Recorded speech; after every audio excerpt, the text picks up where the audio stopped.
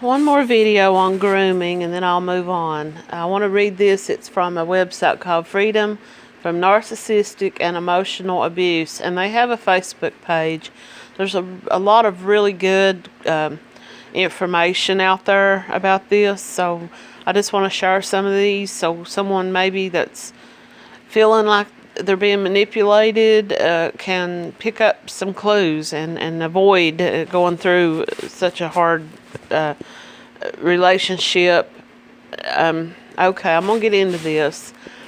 A toxic person's grooming tactics are manipulative and psychologically damaging to the target.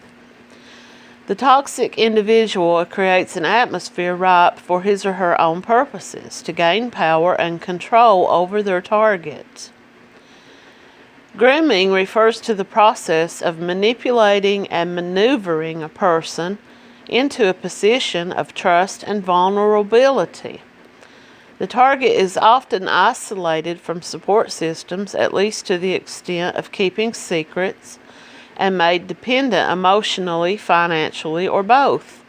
See, as I've spoken in my last video, this man, he really wanted to keep things secretive between us, probably because he really wasn't out of his relationship that he had lied to me and told me, had been over for a while, and it really wasn't over. And he knew that I knew people, his relatives, and we had mutual friends, and he wanted to keep it secretive. He kept things secret, and then he started chipping away my mind, my trust in other people, and got me to where I felt like I couldn't trust those people. He would give me, stories or little things about them that made me look at them differently and start to isolate myself from them. I didn't want to spend time with those people. And so that was one way that I got targeted. I got groomed to do, what he wanted. Okay, so here I'm going to move on. And grooming you as an adult means creating a situation where you can be abused and exploited for their purposes. This is done by love bombing, seduction, charm, giving you gifts, being very charming and flattering. This may be followed by a time of threats, gaslighting, a forced keeping of secrets, which becomes the victim's normal. They will gain your trust, brainwash you into believing they are loving, and then manipulate you to get what they want. In the beginning, they create a bond. They bond you to them by reinforcements, good times, talking about, love, and then they will kind of pull it back. They kind of like lead you to believe they're going to have a really great relationship or friendship, and then they kind of die down, and they make you like crave them and want, well, what happened, and you seek them out. So then they see that they've got you where they want you. And when like in the case of my ex-narcissist, they will share personal information with you and give you ideas about how they've been abused in the past, or how they've been mistreated or not loved and cared for. So you want to give them that you want to be that person that can show them love and can show them how happy times can be. That's a way that they do that. Once they see that you're willing to do that, then they realize they've got you, they've got you bonded to them. The narcopath takes you down the path of breaking down your boundaries, financial, sexual, and personal. They make you fear disclosure of embarrassing secrets, things you've told them or things you've done. Now, that's another thing that happened in my case. I made the mistake of sharing a personal secret with this man very early into our friendship. And much later on down the line, when he started hoovering me, and that's something else we'll get into later, he started trying to get back into my life, and when I was kind of like not receptive to that, he started bringing this secret up, and like, well, I guess maybe people need to know about that, and it was a fear tactic. Well, I had just pretty much called out his bullshit by this time, and I just said, people do know about it. I've not kept any secrets from anyone. I've opened up, and I've laid my stuff out there forever for the people that matter, the people in my life that matter. I wasn't giving him that power, and you have to hold strong to that. When they start making you fear that they're going to divulge things about you, things you've done, things they've talked you into doing that would be humiliating, embarrassing. And they will try to humiliate you. They love that. They love to see you cower under their fear. You just have to not give in to them. I'm going to get into a very graphic conversation here pretty soon about a thing that he tried to do to me, and I resisted, and that's one reason why he ended up just, stopping and leaving me alone, because he saw that I was not an easy mark or an easy target. But, you just have to be guarded. I know in the beginning of a relationship with anyone, and you think that you have feelings for this person, you kind of want to share with them some of your secrets and things. You want these people to get to know you, and you don't look at it like it's going to come back to bite me. You look at it like, I'm sharing who I am because I love this person, or I want to, move forward in this relationship.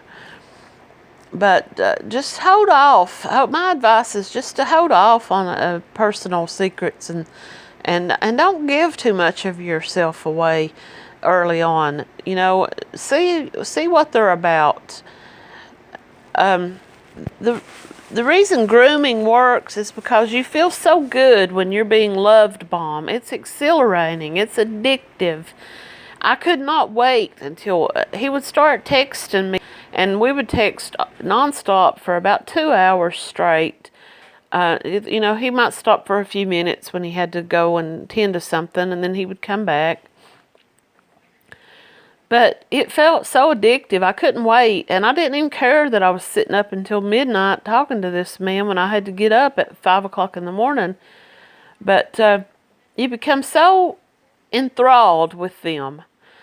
They seem like the perfect person. You sit there and you listen and you talk to them and you think, wow, why has it taken me so long to find my soulmate? This person is the perfect person for me.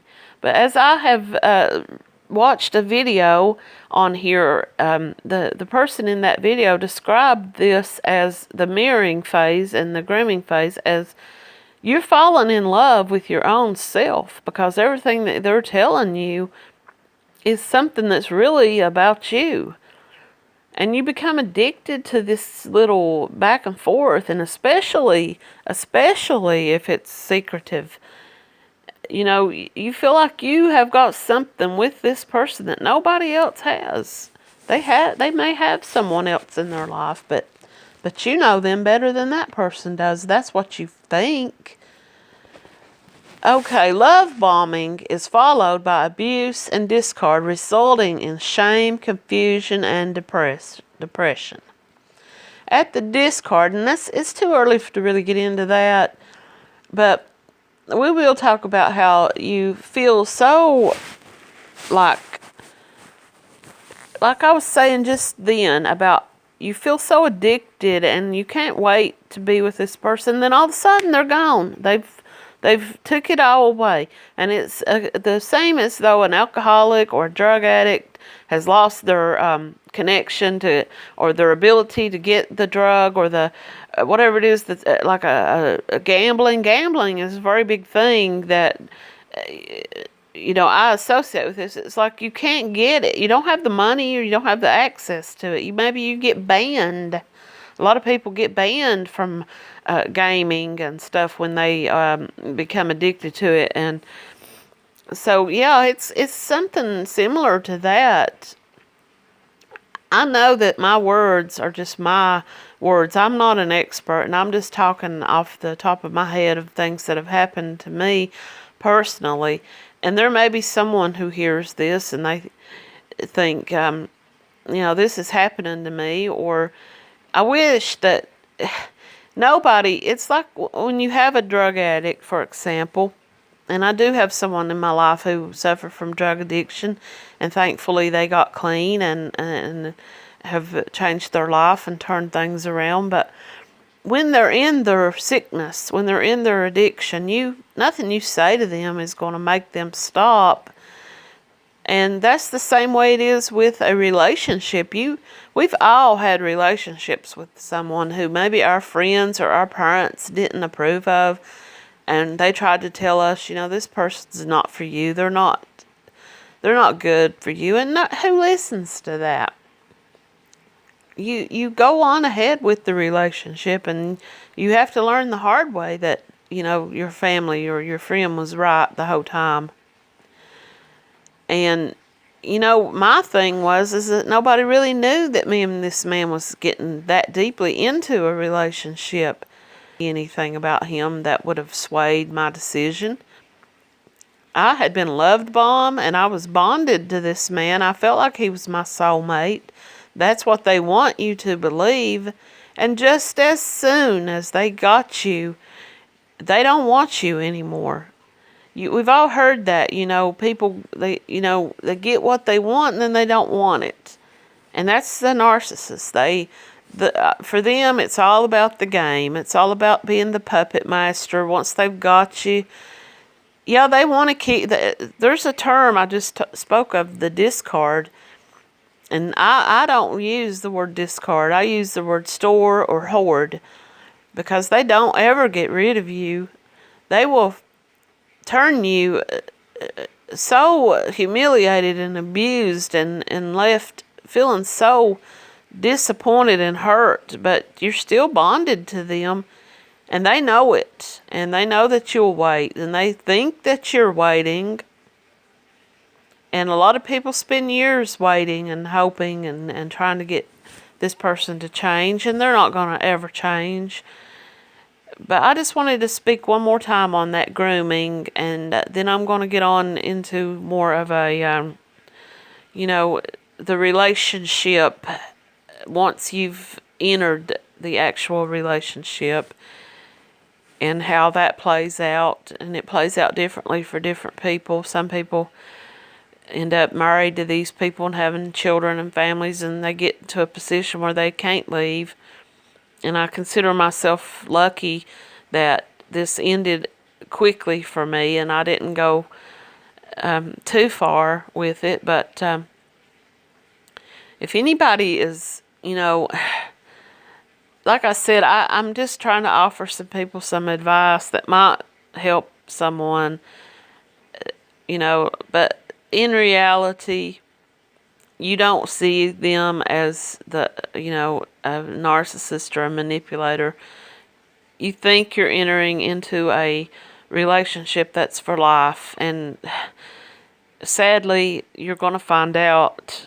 And I'm not saying all relationships are that way, but if you're with the narcissist, there's signs to watch for, and that's what these videos are about, is helping someone see these signs and stop this before it goes too far.